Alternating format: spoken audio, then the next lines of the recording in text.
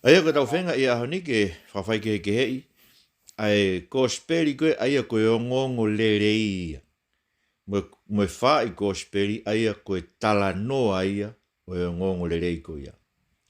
Ko tui mo mao be e mea ko whainuni tau tolu ke apostol ko Paula. Ai rakorinto vai tahani ma vestolu moe Faa. Mo hanga o, ko hanga mau be o hake ia he asapati ko toa pe ke mau lau. He taimi ko whaia e mau ngai whanongo nongo. Ko whakotu uai o pehe. Ko e hae Kosipeli tau tui ki ai. Ma mau lau rewa ai rakorinto vai tahani ma vestolu moe Faa. O talang. O tonu ke mau maa ue. Ka paureu koe ke mau manatu i ha mea tui ka tau siasi. Ma mau ilo koe mea eni tau tui ki ai. Koe Kosipeli tau tui ki ai. Nai pekia Christ ko iko tau ngahi ang hala whatatau ke tohi tapu. Nai te rio ia. Nai whotu ue i hono aho tolu o whatatau ki tohi tapu. Eko rakorinto vai tahani ma vestolu ke whata. Mai apostolo e Paula ko mea na ne mau. Mea kalaisi. Mantuio kone tala noa foku ne pehe ko mea ni na whakahaan ko Kosipeli na ne mau. Ko mea whakahaa me he eiko si isu kalaisi ai tau tui. Ko mea koe na e tala koe ki a te ia he hala ki tā maskusi. Tala mai he ripotia a luke koe whamatala koe na ne whai ki ai koe talang pe ko si isu wau ai o ke whakatanga i. Ka kumana pe te tau tolu matamata koe fui whamatala koe ia koe whakahaa ia ki apostol ko Paula ai Kosipeli koe ni uni tala mai ke te koe mea na ne fufu na ne mau me eiko si isu kalaisi o manat na e alu he tau e taha whaa. O nofo nau kolo i sirisia, i tā susi, vai whanua koe ko sirisia. Ko teo koe whai tau e tā whaa koe ia na ne whai eha no whakakau i. Toi whakakau i fo o mea koe na ne tui kei koe whāresi. I he ne ilo en. Tā koe eiki misa ia ko Christ. Nau lau atu e tau whamatana ta.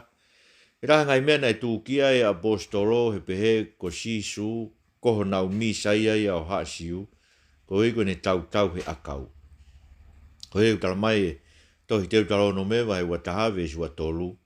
Ko ia tau i akau o ku mala i ai. Ne gai ke tui apostolo ne whaingata ke tui apostolo tū kia e ne mo ui i pehe. Koe klaisi koe kaluse whai ko nau misa i ai. E mai no kia e hala ki tā masikusi. Tā koe uhinga hano kaluse whai. Koe uhinga hano tau ia he akau. Ai kune tala mai a karetia vai tolu e sta tolu. Ono tau e akau ne awea e tau mala ia. O tuki whao ke kolosi. Ko ika e tupu pe monu ia hange koe lau koe tau himi. Tupu pe monu ia hapotu tene au ke. Mata mau inga bila ke mohanga manatu e ngai mea koe ni e whakamonu ia umau ia kalaisi.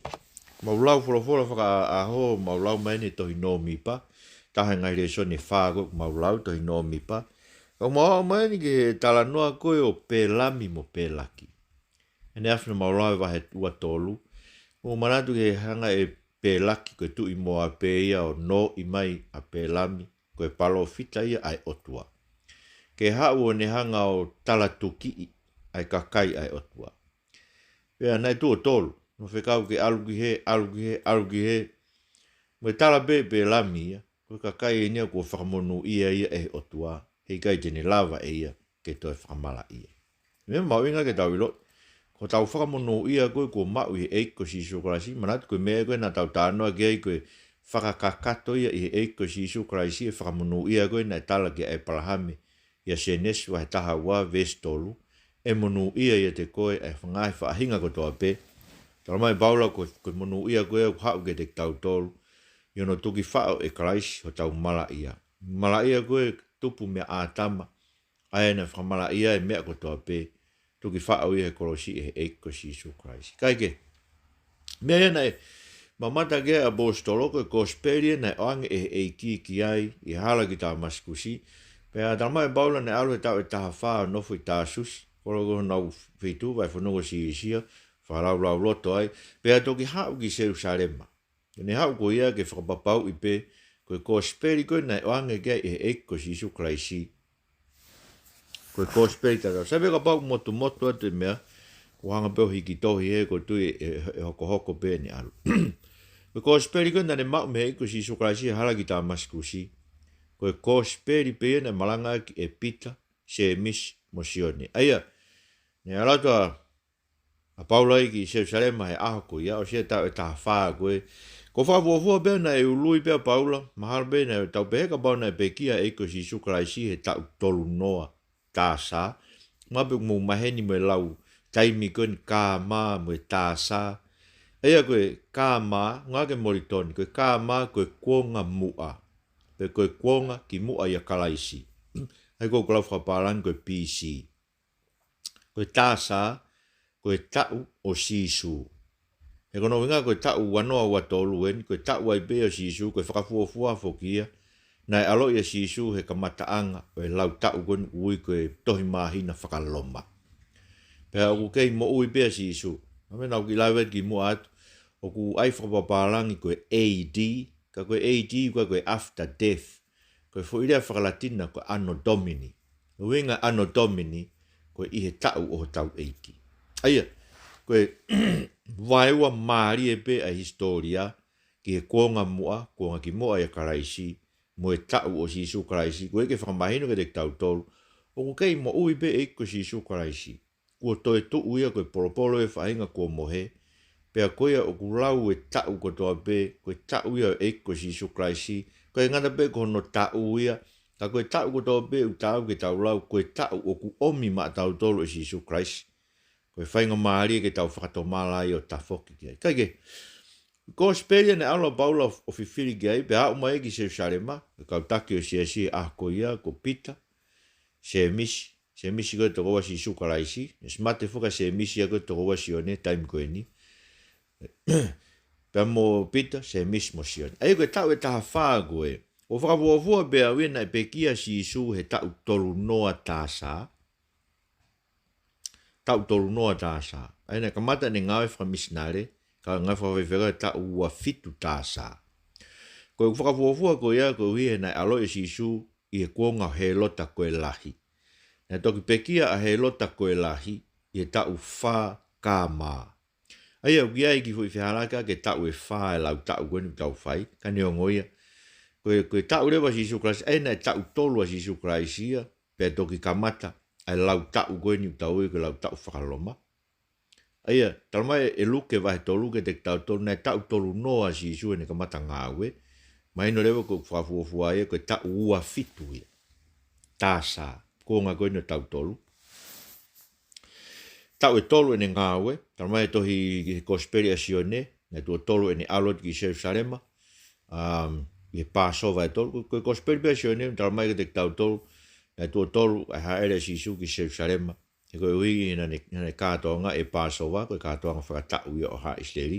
Pea koe tūtu unia tangata Israeli ko toa pe, ko pau ke nau ha i Jerusalema, i kātoanga ko ia Pasova, kātoanga Pentecost, mo e kātoanga koe na iloa, koe kātoanga nofo whare lau akau, e nai whai e mahina hano fitu. Kaike, aia, mana kamata ngāwe whaiwhikau si isu e tau ua fitu tāsā, nai pekia pe si isu e tau tolu noa tāsā.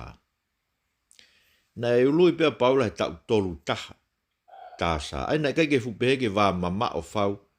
Ai mama o koe e pekia mo e haere hake a sisu. Mo e ne mamata koe a paula ke ai i hala ki Damaskusi. Maro koe tau pe taha. O se haere hake a sisu. Pia mamata a paula ke koe ngana tamai koe me bena e whai koe talon haere hake a sisu mo ne whakatanga i ka kailotu. Ai ka pana e ului a paula he tau tolu taha tāsa. Tau lau tau taha whaa mea, mabu ke tau whaa nima pe whaa ono tā sāia. Ai tau koe, ai koe ni uinga gei, nei whoki mai ki Jerusalema, o whawapau i koe Kosipeli koe, ni malanga aki. Kosipeli ka tau pe me kau tangata koe, ena malanga i, e pita, se mismo sione, koe fui toko tolu e, nei lau koe, koe ngahi pou ia, koe siasi. Eia, koe meke ke manatui ko se mis koe, ko se misia toko ua o eiki, nana tau lauet ke tau kamata mai, koe ni o spekia se misia koe toko ua sione, Iono whakapongia e he lota akilipa, e tohi ngā awe wahi tahaua. Pa koe Kosipeli le vaina. Ai koe Kosipeli na tau lau koe tahai o e ngahi whakailonga o ha apostol. Koe ne malanga aki, ai Kosipeli pe koe ni. Kosipeli pe koe na malanga ke Paula, Kosipeli na malanga ke Pita, Kosipeli pe na malanga ke Semisi. Talmai Paula ke te tau tolu, e tohi karetia, ka pau e toi hau ha angelo.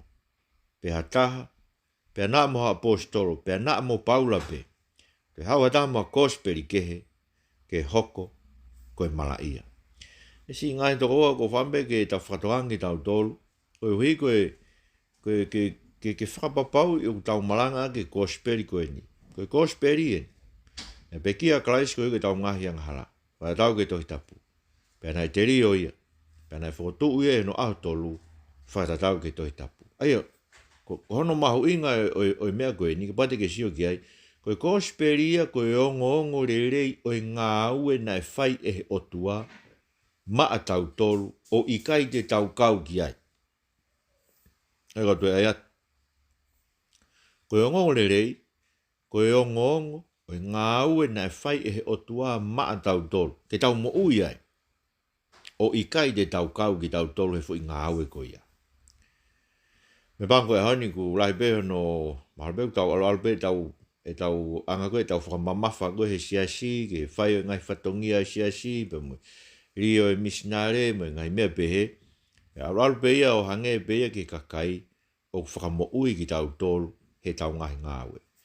Mea lahe bito e koe tahai o ngahi mea ku he ki ai e ue siriana, pea o gourea mo i mamahe o hoku loto i he mea koe ni koe uhi, koe whaiwhekaua o e ue siriana. Pea o gourea ma upe ki mea koe ni, e mea bango koe ke tui e to lahe, o ku ngahi toko whaiwhekau, koe tahai ni parapare. He unau behe to kua, koe whainga Kosipeli koe ni o malangai, e unau behe na toke Kosipeli pia aku, aini tau whanong ki ai. Na pe kia klais, ko i tau ngahi anga hala, whatatau ke tohi tapu, na e te rio ia, pia na e whakotu ia e no aha tolu whatatau ke tohi tapu. Eia, ko e ongo koe e fui ngāwe, na e whaibe e klais o i kai ke tau kāwai, ka tau mo ui ai. Tala mai o ngahi toko whai whekau ke te au. Whai ngā ongo e koe te ne aika kai ke nau whakapiko piko. Whakapiko piko e fua kawenga e siasi. Whakapiko piko e whai e misinare. Ke nau ai noa ia e misinare koe ui. He kumahino ke te nau tolu e tokua, tau i kai ke hafu i ngā ue te nau whai, ke nau maua e mo ui. Ko whampe ke whakaua tika te mo tolu e si kau ngā whai whekau, pandi mo whaukau ke o ka pau e mo ui e ka kaia e o tua e Kosipeli koe ni. Ka pau te tau malangai o nau ilo koe ku ngahi hia e na e kaluse whai a ia. Ko kono tuki whao e ku ngahi, o e futohi mo ua koe o ku aina e tuki whao ke kolosio e kosi sukaraisi. Ko ku mala ia aina e to o tutuki ke kolosio tautaua e kosi sukaraisi. O ka pau e a usia e kakai. Koe ke ngata peho no ilo. Ka ko whakaamu ke nau wa usia. Marantu e lau be ke tau ilo whakaatamai be fui whakaukau koe ni. Fui whakaukau whaka historia be hange ko behat. Na e Fua ke tupo ua ke koni stuto ne tau tawaru fitu ni ma. O i mea whaka historia be.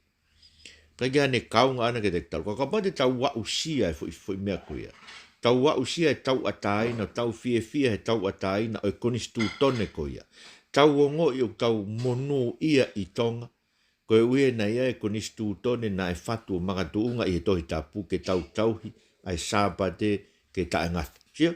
Koe tango tau lau monu ai, tau lau kolo ai. E fo i ngau e whaka historia na e whai e tupo uruaki. Ko kai ke te hoko e fo i ngau e na e whako historia, ko e fo i mea whaka historia ia, ka kua hoko ia ko e ku matai kolo ai. Ko lau kolo ai, ko fie ai, ko lau monu ai. Ko hoko ia, ko e ku mo ui. O ko inga be, ka tau tau pe mo mea koe ni. Ko foi ngāwe koe ne Kosipeli, ko foi ngāwe na e whai i historia, whakafuafua ke tau tolu noa tāsā. Koe ben ihu nau be, whakafuafua nau tō koe tau tolu tāsā. Ai koe whanki wheto akbe, koe hui koe kehe, ai lau e tau koe na e kamata mea ai tau na e alo ia e kosi sukaraisi, mo e tau na e kamata ai e ngāwe, o vai whekau a e kosi sukaraisi. Ka koe tau koe na pe kia e kosi sukaraisi, tau pe koe tau tolu noa tāsā hange ko tau whakatu heni. Koe mea na e hoko ia, na e kai ke takau ki taua. Koe mea bena takau ai, en ko tahingo ai ni uasko e ni, ko e tau ngahi anghala, ko e uhi, ko e tau ngahi anghala. Koe pehe koe na e pe kia a kalaisi.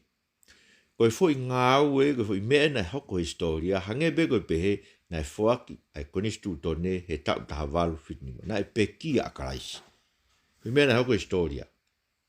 Koe uhi ngai na o ne pe kia, koe uhi, ko e tau ngahi yanghala. Aia, koe Kosipeli, Kosipeli koe o ngongo le rei, o kune talamai e mea na e hoko, pane talamai e uhinga o mea na e hoko, uhinga ene hoko. Koe mea na e hoko koe pekia a kalaisi. Tau ilo beta tona e kaluse Faa'i, tutuki ia ke kolosi, ka kumu manatui foki, koe kuonga ko ia, mandu koe aho ko ia, na e kaluse Faa'i whakatahae me toko uake. Koe kaluse Faa'i na mea na e Faa'i he aho ke aho ke aho, koe kauhia matea ko toa be pureanga loma, koe tautea mate ia, koe toko taha koe ukuanga tuu ke pureanga. Pea na e Faa'i whakapureanga e kaluse Faa'i, koe ui ke mamata ke kakai ko toa be, o nau loto si ia he anga tuu ke pureanga loma. Kaluse Faa'i a kalaisi, kaluse Faa'i e mo tangata kai haa kau e toko ua, e aho ko ia. Ke be uhinga. Uhinga koe na kaluse Faa'i e ngo tangata ko e, tau mau me whakamatala e kai haa kau e taha. Na tuha bengi na ua e mo mea na tutukia ki nao ke kolosi, koe uhi e koe ongo hia matea ki nao. Koe tangata koe no si isu, koe uhinga eni o ene pekia. Na pekia kalaisi koe uhi ke tau ngahianga. Sige, e lava be foi mea koe hoko koe foi mea whakatamai be tuku he tau atamai. Ako pau te tau hoko e hoko koe te matai koloa. Ke te ongo i wikai koe e ngahala be e kakai ko toa be ka koe kua ngahala koe a aku. Ngahi ngahala ko toa be tau e kutupu.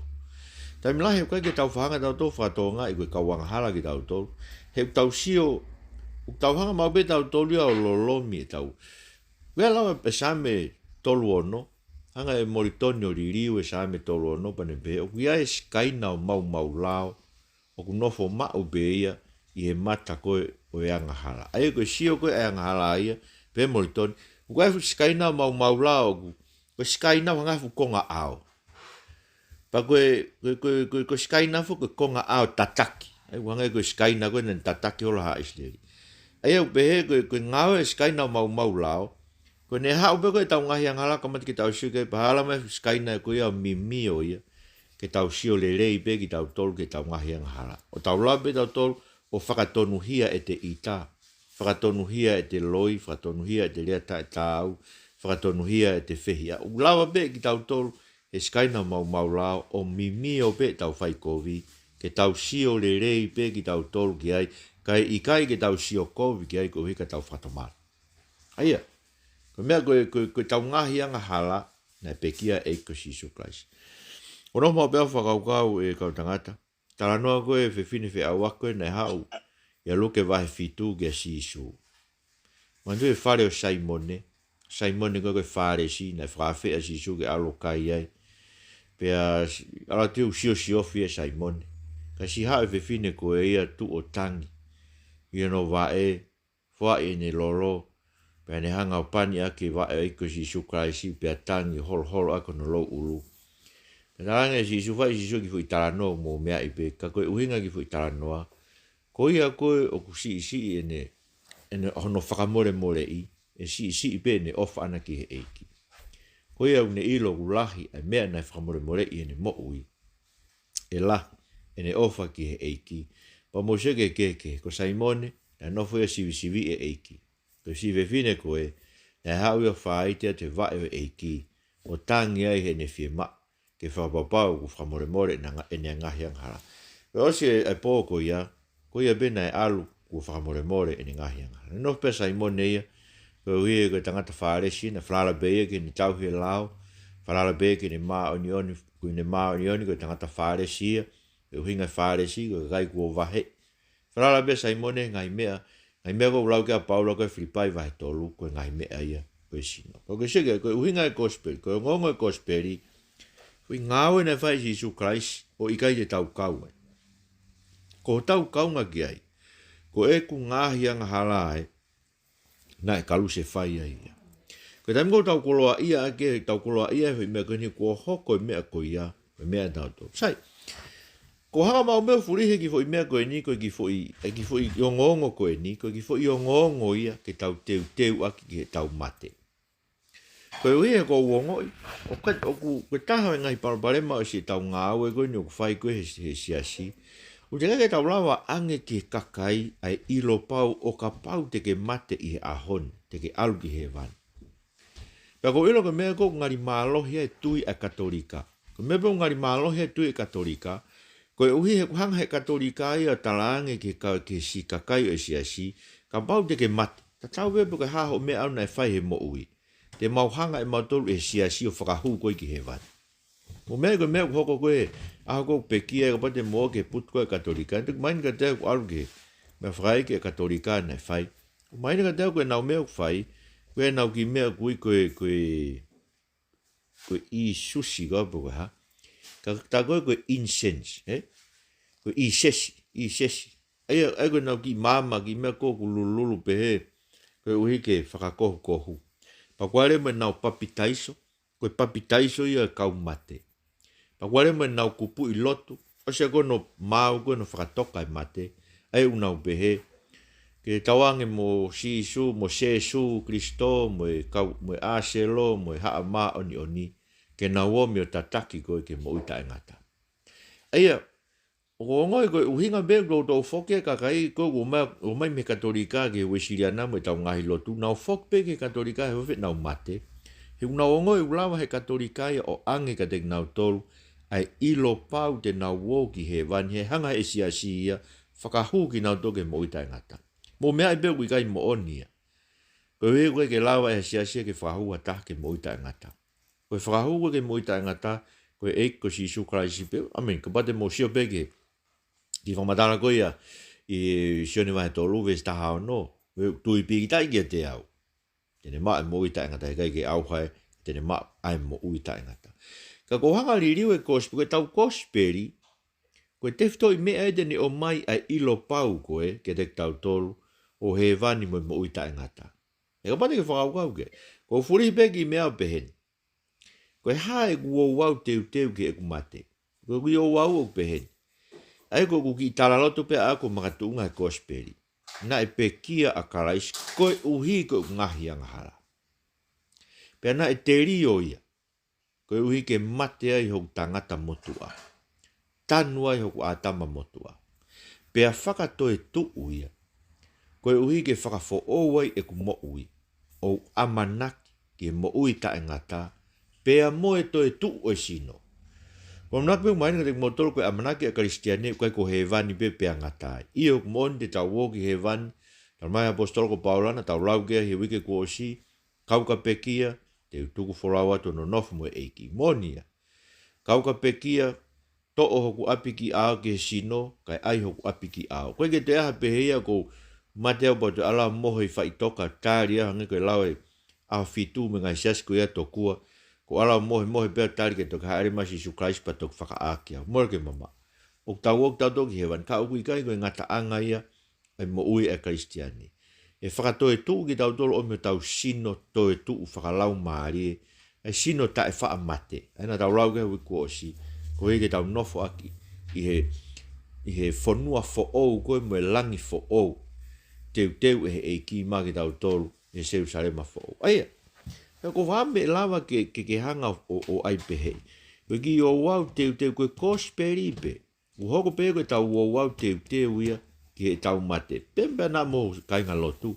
Aia koe konga e koe taha maulau koe sabat koe toa pe maulotu. Koe ki whapapau pehe pe. Koe hae o wau teu ke tau mate. Koe.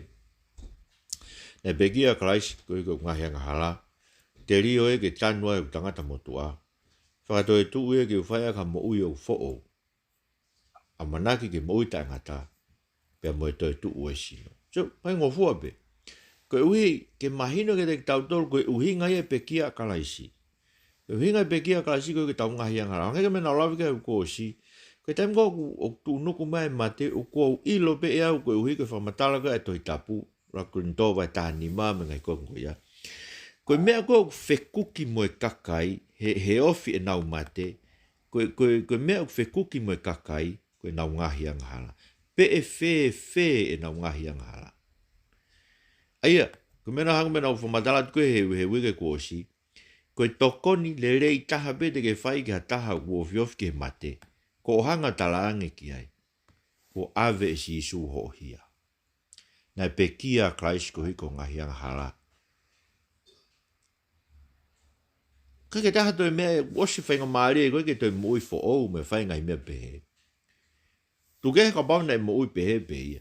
Kau tau anga ko whaka amu ke ange ki he toko taha ko teu whenga ngai mo eiki ai ilo pau. Ko ave ne ngahi angara, ko whakamore more ne hia. Ko ne hang ko mea ko whenga ngai mo ai mate. Ko hala whanonga beia ki he no nofo mo eiki. Aia ko uinga ke ilo pau. He ko ilo e awia e kau whaiweka hanga me ko mea ko to whea ko alu ki whare maa ki o sio ke kakai teu mate. Ko e ke atu ke mau. Iyo. Wanga veveho mau. Ko si ilo teu mate.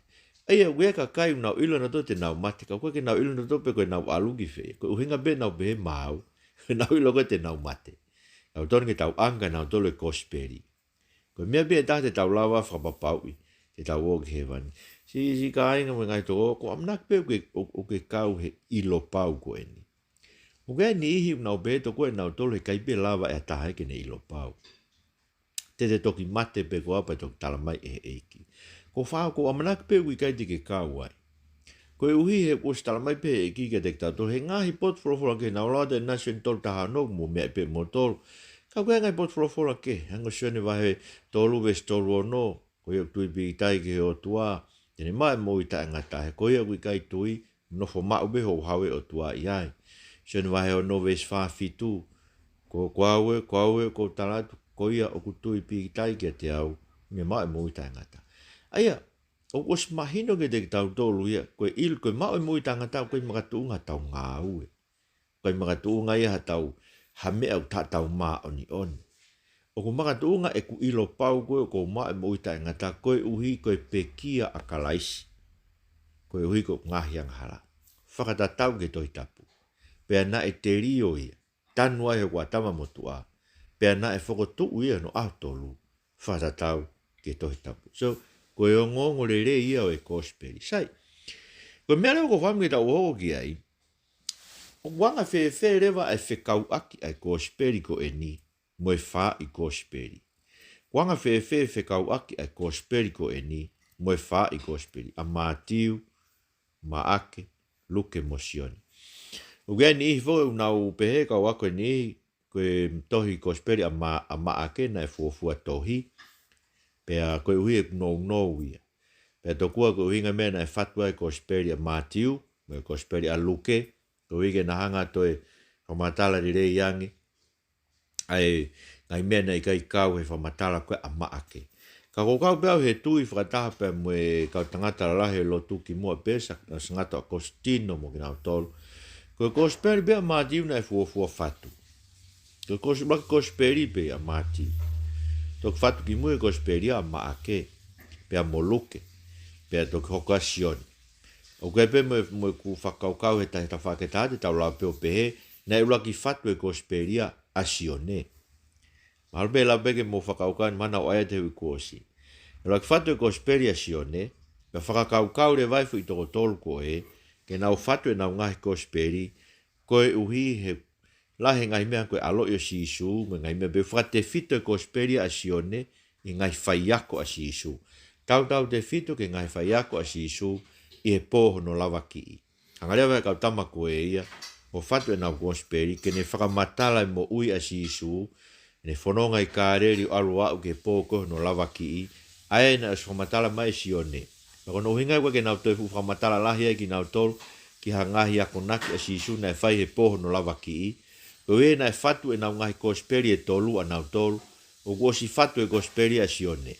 Pea i kai ha toi whi mau e ka tek nau tolu, ke nau whamatala, e ngai mea na e ako aki he eiko sisu klaisi. Aia, ko amnak pe mahino ke mo tol man de ngai me ko tau ai da to tau he tau wako hen ko ngai whakafuafua ta tau pe me ngai whakafuafua ka kai ko ne kai ke sio hata haia pe ko haina ne fuafua tohi e ne ko po ko ke tu ko paro pare mai na na tokanga ki ai ula ai maxi asi pe mo na tol na na hiki Faa'i Kosipeli pe ko haina fuafua fatu paro pare bena de ko mai gi muini mai ko me ma hoinga taha ke te nau toluia e nau ilo i koe Kosipeli e whaa ko e ni. O ku nau whakamatala mo oni, mo whalalaanga, ki he mea na e sio tonu ai a ki nau tolu koe, no honga hiki tohi mai. He nau laiwea ki ai ki mua he tau klasi ta, o kua e Kosipeli a pita, mo e Kosipeli a siutasi, Ngai Kosipeli na tuku mau e ki mui ka mahino pege te tau tolu o ku ikai fotunga tatau ia me ngai Kosipeli e wha koe ni. Pa kua stala mai pege nau tolu koe nau whai whafuafua ngai Kosipeli ko ia koe ngai Kosipeli ke hei. Ngai Kosipeli na tuku whatu e ki mui koe hui koe ke nau whamatala i nau tolu ke historia mai mo ui ai e kosi isu Christ. Kage, hanga whewhe kau aki ai Kosipeli ko e ni mai Faa'i Kosipeli. Sai. Koe ngahi mea lalahi koe o Kosipeli koe ni tau mau mea paula. Ula korinto vai tahani ma vesto lume whaka. Pate ke sio kei, na tau lau fuk tau tō koe talanoa lalahi e fitu e Kosipeli, kau whamanatu atu pe, e koe talanoa e baptaiso, talanoa ono veteange mea setane, talanoa e pekia e ekosi sukalaisi, talanoa e ne toe tuu, talanoa e ne ha holo, talanoa hono malanga ia ki mamani, talanoa e ni haere hake mo ne toi foki mai. Koe fitu i talanoa ia, koe Faa'i Kosipeli. Ai toni ke tānake at pe giai, ai fitu i talanoa koe o e kotoa o toi tapu na ta wako giai i e tēmi kua osi. Kaike, waka whewhewe ka aki ai ki i o ngongo le rei koe ni talama e paula koe Kosipeli eni. Na e pekia a klaisi koe ke tau ngahi ang hala, whatatau ke toi tapu. Pea na e te rio ia, pea na e whakotuu ia no ahtolu o whatatau ke toi tapu. Eia ugai me fo i mea lalahia e tolu, wanga e paula o whakotuu mai ne Kosipeli. Koe uluaki ko kalaisi. Ne pekia a kalaisi.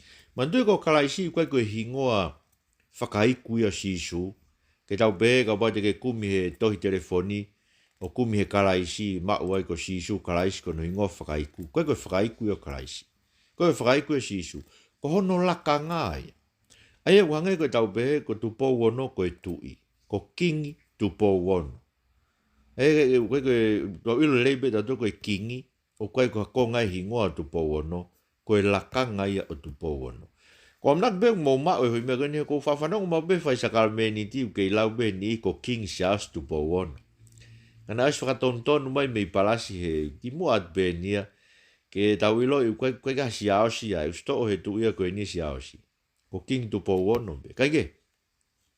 Tatau dof pe mo klaisi isu, pe ko sisu klaisi.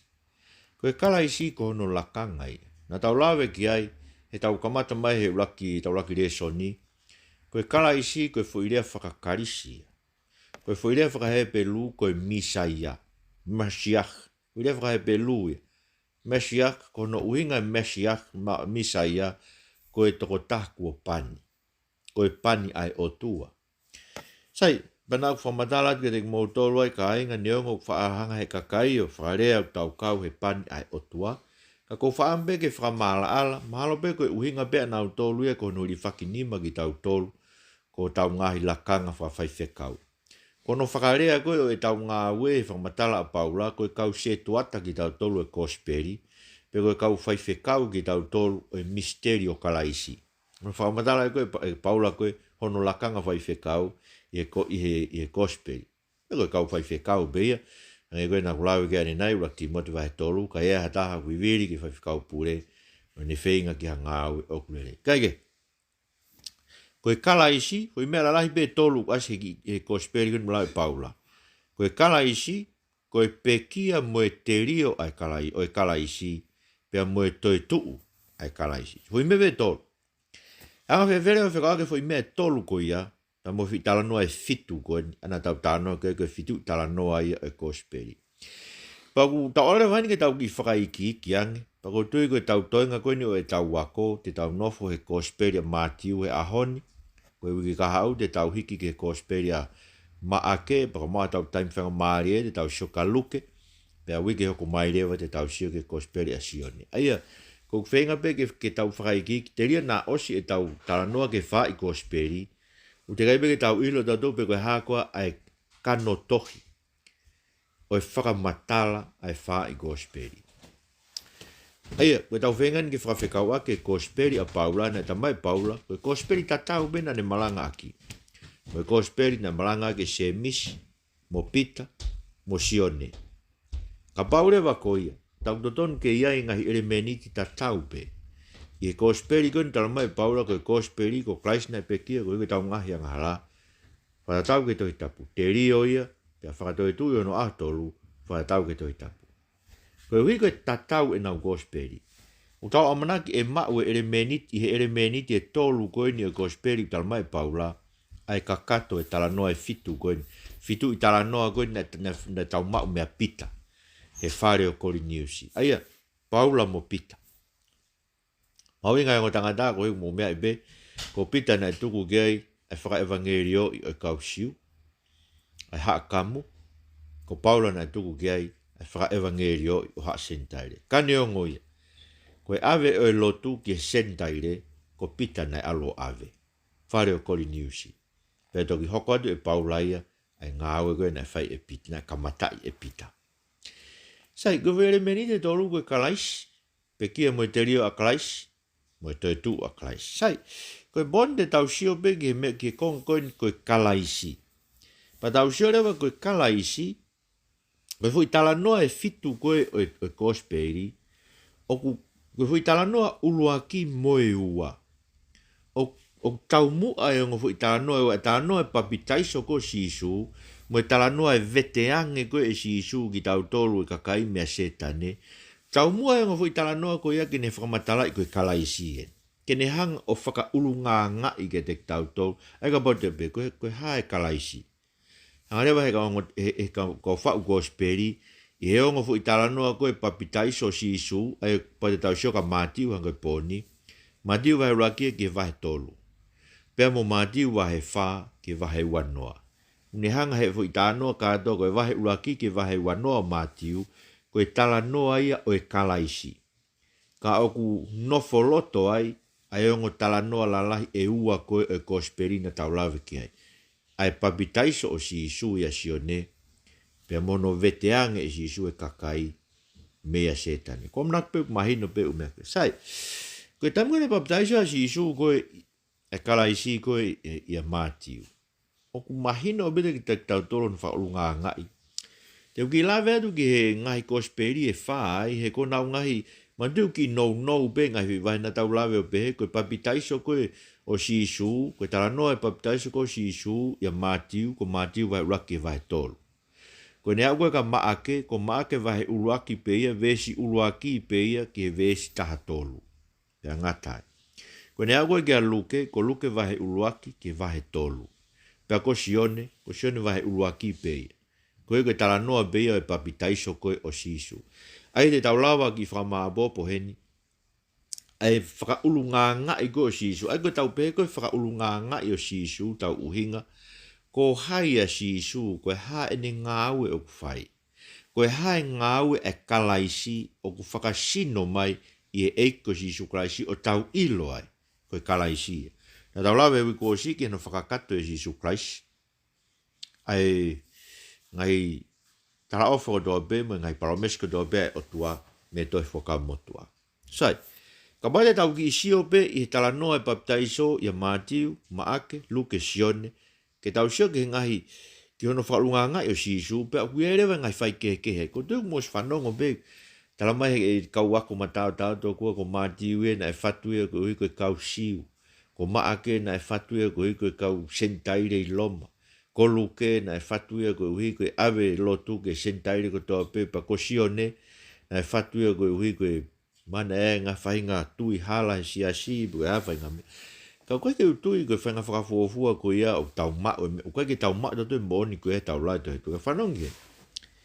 Tau hau koe ka mātiu o sio he mātiu wahe uraki ke wahe tolu koe urunganga ni o kalaisi. Koe uraki ko kalaisi koe whakamo ui.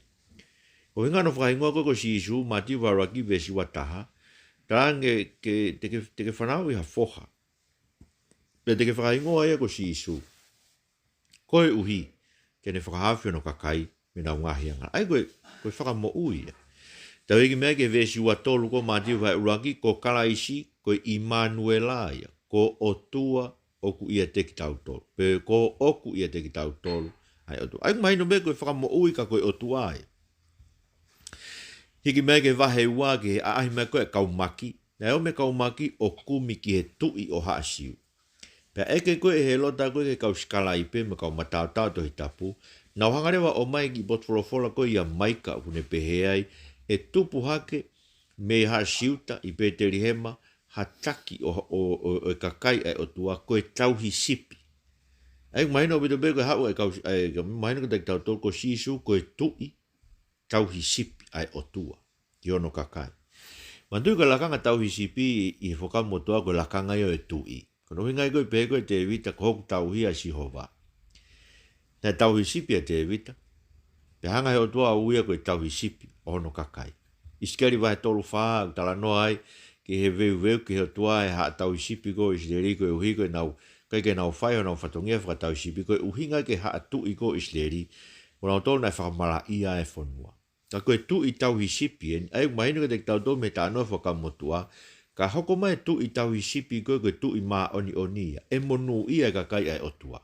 Hei kai tō e tō maha whakamala ia ke haua Papilone mo Asiria ngai whanua hau o whakaauha ki nau tōru, te nau nofo malu, I he malu e tu I tau hisipi ai otua, ene hanga o mai. Kai ngā tahi kau tala mai ke te tau tolu a mātiu wa he wawe stani ma, ko Isleri, ko Sisu, ko Isleri. Mea koe nai whai koe o tua koe ki Isleri e ne ui maa no foha me ispite, o sea vai tātā ves uruaki, ne whai ke eiko Sisu klaisi, I hono ui mai me ispite hiri hono horataki I ki ai ko hui ke whakapō ko a helota. Ka I hono ui mai me ispite, o ku whakakakatoa I a Sisu, a Isleri, ai misiona, ai ko Sisu ia mātiu, koe pureanga Isleri. Koe mea koto bena e tala ofa he otua e whai e Isleri e whakamotua, e nau hoko koe mama ke sentairi, e nau hoko koe sevaniti, ke nau alu whakamoui, whakaae kui, whakaongo e turi. Kātoa e umea kātoa ne tala ofa e whai e Isleri, whakakakato ko toa ia I he eiko Sisu Christ. Kage ngatai, o tala mai ke te tau tolu, koe Nasareni a Sisu, koe Nasareti. He peo ke whawhakaukau ki ai a mati wa he wawe sua toluna nau whoki koe me ispite pe taramai. Na nau o nofo he ki kolo ko Nasareti. Koe wei ke whakakakatoa e mea na e tala o pe he e palofita e uia ko ha Nasareni. Maa koe iriwea koe e paki ki moa pe koe Nasareti. Kau moila iria koe Nasala. Koe Nasala he Nasareti. Koe iria whakahe pelu ngā ki a aisea vai tātaha vesi uruaki. Koe huri. Te koe vaa o te vita. Aia, koe pehe koe te nao nofo I Nasareti ku hinga ko Sisu koe huri. Tā mai rewa ke te tau tolu e mātiu e aisea vai ni matolu vesiwa, na e tupu hake I he ao o e otua koe huri. Maa koe fo irea koe tenta shoot, koe huri molu, Pe koe kako mape koe fo iliu, koe iliu tō pe me whapalangi. Ka koe kuhinga koe uhinga. Aia usio e huri, koe toko taha eni e hoko mai koe se vani tu wharenga mamahi. Pe e hoko e koe fuka ai otua e whakotu. Kene hanga tohoaki mai ka kai koe tō pe me wau ke ka kai me ngahi motu. Ke nau hao mau mo ui e mi saia o Isleri. Tamarewa ke te tau tolo e matiu wahe toru ve storu e koe rea koe sun baptaiso koe ne whatongia ke hao teu. Ai hala o e eiki, ai koe eiki in Christ koe eiki ia. Pe tala mai matiu wahe tolu, ve stafitu ke te tau tolu ko Christ koe hoi fua angai. Ko mnak peo ke maa e tau ki himi koe, himi ono nge au, ge ai vese, au peo i ke kumiat o whakaha ai hala, ke te au ke mau ai hoi fua anga. Aia, koe pati whaukau ki ai, koe hangai moritoni o whakarea o pehe, koe pehe koe ko Sisu koe hoi fua anga ia. Ka pau te ke maua Sisu, te ke mauai ai hoi fua mai ai otua ki a te koe. Sai, hono whaka maa opo koe lau a mātiu ki a Sisu, ano whaka ulunganga o e kalaisi. Mandu koe ki fo I konga in koe tau pehe paula koe kalaisi. Au tau pehe koe talanoa koe baptaiso, me talanoa e veteange koe Sisu me setane, o ku haa mahino o bito ai whenga e kau fatu Kosipeli ke whakaha ko Sisu koe kalaisi. Rawai mātiu ke te tau tolu, ko Sisu koe huri o tua ia.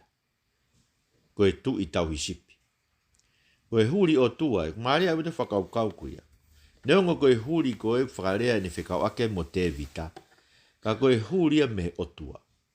Koe koe tangata pe ka koe o tua. Pea koe ne hoko mai koe tu I tau hisipi.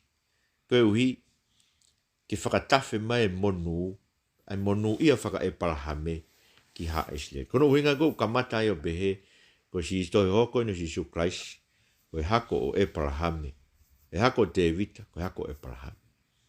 Ai ko Sisu ia whafuafua ko kalaisi ia, e whaafuafua koa mātiu, me tala noa koe mātiu vai uraki, ke vai tolu, ke papitaiso o sisu. Ai fo tau whakarea be fo koe papitaiso o sisu, kau pia no aloi, kau ai me ahe kau maki, kau ai me pawhai papitaiso a sione, pia kau ai me no papitaiso o sisu. Koe uhi tau whakarea koe papitaiso o sisu, koe mea tau wako koe mea pita, koe whamon whaka apostolo, na kamata me papitaiso koe o sisu e sione, o nau whanonga e wako ki haere hake koe a sisu. Whameke to tō whamanat peia, kono uhingai koe ke toi vilawai ke toi apostolo ha tau taha i ahon. He koe ke toi lawa ha taha ia ke whanonga mo sisu hange na whanonga mo toko taha ua. Pero te kai ke toi aha taha te tau tolu e mamata he eiki toi tuu hange koe mamata ki ai a paula pe mo se misko toko ua o eiki hiri ai toi tuu ai eiki ko sisu kalaisi. Tai, ka mate tau hoka maake. Ki tānoa maake no o bit beia ko maake vahe uruaki peia o rere peo ngata he vesi taha. Koe hoko atu iai, koe hoko atu ia koe ne hoko atu ana koe me iai ia hoko kehe atu ia. Ia ne ki motu hia e tau mea, sai pe ko mau pe heni ai mo be ma ko nau e ko ni ko me be me te au me heni ko mo tolo me hena. Sai be ho mo mea mo tolo. Kai ke. Sianga ke tau hoko ko ka ko me ko hanga hiki e tau soundtrack ko hui ke mai no be ma be fakau ka ma be tau me ke o te motu hanga na ko mai klife ko si. Fa mo be ko na sia be ke ni na fanongo be he fo ile chago we ko si o ki mo tu hia malo miniti e ua. Ka hoko le rei be fo i le chagi mui. Pea koe ko hanga pe au ia o hake he tau website koe na ai koe he YouTube. Koe te ke lau pe koe ia ki hiki i ho maka ki hiki a ka mi te ua. Te ke mao lewa ka mata koe hoko le rei at pe ai rea ai ki fo i konga koe ia. Sai, koe ta hoko ka maake. Te whaolu ngā ngā ino klais koe i me he tāno e paptaiso koe si isu e sione. O kamata vea maake vahe uraki vesuraki talamai koe Kosipeli no si isu klais koe alo e otua. Sai, mou mea i koe tui loma koe empola loma na e ui moia koe alo e otua. Koe nau uhinga koe otua ia. Aia, koe pehe koe alo e otua, tau whamatala fuk tau tolo uhinga koe otua koe tamai pia mohono alo hangeha tamai mohano foha. Kene kai ke behe whakaukau ia ai kakai loma ki he alo o otua. Koe nau whakaukau na tō koe alo o otua ai. Ai kono uhinga e koe ka pate ke sio ia sione vai hongo fulu. Na hanga he kau siu o tō e maka ke tolo maka ia si isu. Pa e kanga si isu ko ha mu tolo, ai ke mu tolo maka e panau talan koe hui koe talamai koe otua koe. Ne whakamatala koe si isu koe alo ia o otua. Ia sione vai hongo fulu. Kaike. Koe talamai, ai kamata mo maake ai. Talamai maake ke te tau tolu ko sisu koe alo ia to koe Kosipeli koe o ngongoen o e tui koe otua ai. Koe eikia, koe alo ia o otua koe ofaanga. Ai ki no be. Koe whamadala ai ka pate tau hanga pe whamaabo po e lau a maake. O whamamafa maake ia ko sisu koe alo ofaanga hoi fuaanga o e otua. Kau pate ke lau wharerea maake. Mau umlere mono malanga i ki tohi maake me taha mo whangi i kainga lotu. Ka kou sio ki ai ki he nofo koe a maake. Nofo maake, koe ke tawanto whatonga i koe mea tonga mo i ka maake ko sisu koe otua ai. Hao whamore, hao whanga kakai. Eia, hangepe koe mena tau lau koe ke kamata anga. O tauhanga whakotuu, koe te whito i uhinga koe na e whatua e ngahi Kosipeli e whaa koe ni, koe whakamooni whalala anga. Ai toko whaa. Koe otua en. Koe otua koe aloen. Koe hoko mai i he eiko si sukara i si. Koe misai ai au haasiu. Koe whakamo uia mamani. Pako maake. O no eni ki whakamatala. Ka nge nofo pe ai. Koe otua eni. Koe ofaanga e otua. Koe hoifua anga e otua. Pe hangai koe mea koe ne lau koe moritoni. Ka pau te ke mau ai alo. Te ke hoko ai koe ofaanga o e otua. Te ke hoko ai koe hoifua anga o e otua. Ko pate ke whakaukau ki ai. Ko ki tau tolu koe kua whanau i fo ou. Koe mea i he lau maari e. O ku tau mau ka kato ai. Ai ngahi nau ko toa pe. Koe whanau ki tau tolu ai otua. Tau hoko koe ofaanga o e otua. tau hoko koe hoi fua anga o otua. Tala mai e pita ke te tau tolu ia wa pita vai raki vesi ni ma, ko tau mau ai natula o otua. Pea tau ke tau tupure kina ai, i anga o otua. Manat ko pita, ko maa ke, koe hiki tohi ia a pita, koe hiki rea ia a pita. Maa ke na nehanga hiki tohi, ai Kosipeli a pita. Sai, ka pare tau hiki mei ki a luke. O luke, no whalunga ngai koe o klaisi, o kalaisi, i he tānoa koe a luke he paptaiso ko kalaisi vai raki ki he vahe tolu, ki ilahi lahi. Aia, mi tala mai e haa koe a angelo koe ki a mere, mi tala anga mere, koe hako tapu koe te ki whaeri e ui koe alo o e eiki taupotu. Koe eiki taupotu, i he rea whakahepe lu, uhinga koe o tua tae ngatai, ko ela erioni, e koe ngā koe ko ela erioni koe o tua taupotu. Koe o tua tae ngatai, e koe alo eni o tua tae ngata. Luka varua kiwe stolua tala mai tene tui ki he taloni o te evita. E tui ki isleri ki hako o se ko pe o lawi kuonga. Pea kohono pure a ngā e tae ngata. Luka vahe wawe stataha tala mai koe whakamo ui. Mo mea koe nei tala koe kau angelo ki he kau tausipi. Ko aloi ane nai e kolo te evita ha whakamo ui. Koe whakamo ui. Koe ne mo ui, nei whakatatau ki he lao. Koe hui nei pau ki aure ne ongo mātua o whai u whi lau ko tau pe ke whakamaa ake a mere, pe whakamaa ake tamasi i. Luke wahe wawe si o wake wawha. Na nao me whi lau koe whi lau e masiva. Ai koe fo i lupe. Nā tu koe nei be whi lau e koe sipi ta e ila. Kau ka paure wai kai ke si masiva e kakai. Pea nao pe me fo i lupe. Koe whi lau ne alum koe mo sisu. E ongo mātua sisu. Na nao me whi lau e masiva. Ke whae kono whakamaa ni. O mahu inga abute tau i loi. Nei haere masi isu o mo ui whakatatau ki he lao. Nei wahe ongo fula si isu iyo. Nei mea ke Passover iyo. Na ne tauhi ngai asa abate, na ne tauhi pe ia. Tane toi wholofola pe ia. Ko au ai eiki o e sabate. Wei, koe uhinga tuk tamai paula ke te tau tolu e kare tia wahe tolu. Whamare mone wahe whaa. Koe uhinga ne nofu malu e lao, koe ike ne hanga whakahaf ki tau tolu me ngahi, whakamala ia ko tau pe era, iyo whanau koe wahe tolu. Me wahe whaau tala mai ke te tau tolu, iyo, nai whaere i mai koe hako a whiwhine, e kamata anga o ne nofu i malu e lao. Koe hina ne mo ui whakalao. Ane hau ke hau o mai whakamo ui ai otua, lau ia koe tala noa koe Sion Baptista luke wahe tolu, pe tala Sion Baptaiso ai, ko ia tene papitaiso lau maari e moe afi. Asi isu. Kako mea utanaki mai e luke ke te tau tolu, ko si isu ko tau tangata lotu. Mate mo seo ia luke maari e wea tanoa luke, e ko e papitaiso ko si isu tala mai nai ose no papitaiso no bea lolo tonga e fai ene lotu. Mo hifo e lau maari e maa Iuniti ai. E tala mai rewa e luke ke te tau tolu, e luke vahe taha ves taha tolu, ka pau tau ilo ke whak me rei ke tau whanau, o no e tau tamai he wani ne whakam ke whake lau mare maano ni ke te tau tō. Eko ne uhinga ke mui whaalotu, ke tau kore, e lau mare maano ni ke otua ke ne whaki mai ke te tau. Ko e haa whakakehe koe si sui a luke, urotonga pe ne lotu ko whakakehe hono anga ona. Ea, koe tahe ngai mea ki makehe ai whainiono ka luke ke te tau tō, hoko si sui a ko tau tangata lotu. Pekai ngata ai ka koe tangata, koe alo e otua. Se utohi hoko koe tu ia luke vahe tolu. Ho hoko me mea si isu ta taha tau ka ātama. Koe tangata. Ka koe tangata, koe alo o e otua. Aia, o ku toe whamamafa a luke e koe tangata si isu koe tau tangata koe tui. Ka koe tangata lotu ia o ki tau tolu. Ko tau tui whakamo ui ia. E pureanga tae ngata koe te evita. Aia ku mahino au pite whamatala a luke ia. Koe talawha koe nei whai koe iwa Samuela vai fitu ke pureanga tae ngata koe whakotu i he hako o te evita. Koe ia e nia o ku whakotu i he hako mai a eiko si su klaisi.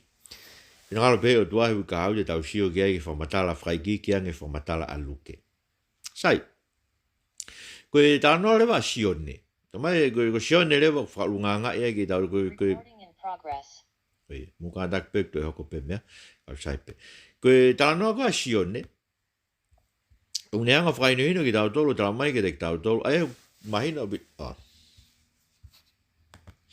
O mai no beta ta no sione ko si suia ko fama fa sione ko otua. Ma pena ta oslavia ka mata anga ka ko me mari. Ta mai sione mai roaki ves roaki mo wa ko otua. Ta mai sione mai roaki ves fa ko otua ko ia ko mo ui mo mama ai tangata. Aia. O ka ke ta ma ko mo ui ko no ko ma ui ko no ko ma ko rea tua ke ni malo be fu ya ka we mo ngai me to ke ta. Ka ko hinga be ta ma mo ui ko ko si su Christ. Ko e une o mai mo ui ke te tau tolu, ke u mana vai o whaia te talanoa koe ni, pe tapu mo koe ke manawa mo koe o ke whanongo mai, ke rea o kuo whai. Tala mai na e tāria e mamani, sene waruaki vesi hiwa. Toko tahe, o koe ke tala mai ha me behe ngai Kosipeli tolu koe, ka tala mai e sione ke te tau tolu, koe tangatani na kai tāria e mamani. Ka, ko ki nau tolu na e mau ia, mau e si sui e totonu, ke ne hanga o ngao hiki tau tolu koe whanau ai otua. Mo whawau kia. Koe whanau ai otua he whakamotua ko isleri bei. Koe kakai whiri bei na astala au whakia e parahan mono hako. Hoko mai ne toko taha ia, ni lava ia o kamatai ia teki nau tolu, ia teki tau tolu. Ai whanau whakakau ki tau tolu ke whanau ai otua koe ena e whiri ia e parahame. Whakakau ki tau tolu ia koe mea i he eiko si Isu Kraisi. Kei ke ngatai, ko tau mai ke te tau tolu ia, ko si Isu Kraisi, ko e lami ai otua. Ko e otua, kau kuhoko mai ko e lami ai otua, ko i ke ne ave ai angahala a mamani. Sione vai ruakia, vesi wahiwa ke tolu ono. Ko e otua, kau kuhoko mai ke ne ave ai angahala. Iyo, ai koe hoko pene tau whamatara ka tau tolu. Si Isu Kraisi hoko mai ko e otua, ke ne ave ai angahala a mamani. Pekai ngatai, ko si Isu Kraisi, ko toko taha, whai baptaiso lau maari e maa oni. Ko whai ako ia, whai tau ke sione mai uraki ves tolu walu, o noi kea e Nataniela, me kau tangata Andelu, ko ongo tangata ko ia, matamata ko ongo akonga ia, sione, e talamai na e whanonga sione, mo ne kau ako, pe mamata ko a sione ko ka si Isu, pa ne pehe ko ena lamia e otua, pe alua ne kau ako ana mui, ke eiko si Isu Kraisi. Aia, matamata ko Nataniela mo Andelu, pe alorewa Andelu o ne kumia pita, o ne hanga o talangia pita, o nau mau ai misa ia.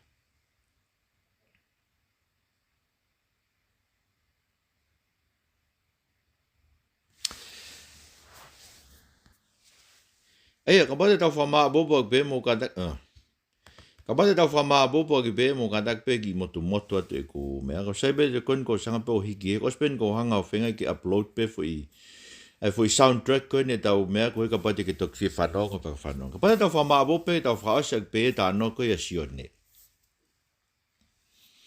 Ko tano ka sione ko ki he kalaisi. Neanga tala mai ki te tau tolu ko e otuai. Ko kalaisi ko e otuai. Mahino abit. Mahino abit e whamamafa sione ko e otua Christ. Hangebe ko e whamamafa ko e aluke ne tala mai ko e tu ia ko e hako o te vita e pureanga. E pureanga ko te vita pureanga ta e ngata. Hangebe ko e whamamafa ko e whai ia maake. Ko e alo o e otua ko e ofaanga ko e hoifuanga. Pe tala mai rewa ke te tau tolu e mātiu ko e tu i tau hisipi e no Isleri. Tamai ma e sione ke te tau tolu. Ko e tautaha ko e ni. Ko e otuai. Ko e otuai ko e ne awhio i tāniti. Ko wholofolai. Na e awhio mo e otua, na e whiangai mo e otua, pēr na e otuai. Ai maino ke te tau tolu ai, ko e pēsona hono ua eni. Ko e pēsona hono ua eni, ko e tolu taha i otua. O kune whonu i e kiresi mo e mooni. Pea ko ne hoko mai, sione waru aki ves tahwaru, ke ne whakamatala ke te tau tolu ai tamai. Pea ko ne whakamatala o ku whai o e tamai, ko ne ave e tau ngahi anga hala. Aia, ko e otua, ko e lami ave hia, ne hoko mai me tamai ke ne whakamatala akia ke te tau tolu, ko e otua, o ku ne ave ai anga hala a mamani. Ko e uhi, kai whanau i whooa ki nau tolu ko tope o ku tui. Ke tau aluai ki he langi. Ai ko whakasa ke alu ki he langi. Ko te whamatala ko e sen wahi luaki ves ni mataha, talang ko e si Isu ke hongo tama ke Naomi o mamata. Ko e tena mamata ku matanga ke ku tangaki matangaki e langi. Pea ku whi alu ake kau angelo ai otua i he whanau tama atangata. Ai ko e futuunga koe na mamata ngia se kope koe he ne mohi pēteri. Talange si isu ke ne kau ako nga koau ia. Futunga kok fe alua ke kau angelo mei maman ki langi koau ia. Aia, kono ave tau ngahi ang hala ko hika tau alu he tuunga ko ia. Ke tau au siai ai mo uita ngata. Egi mo famalo ke te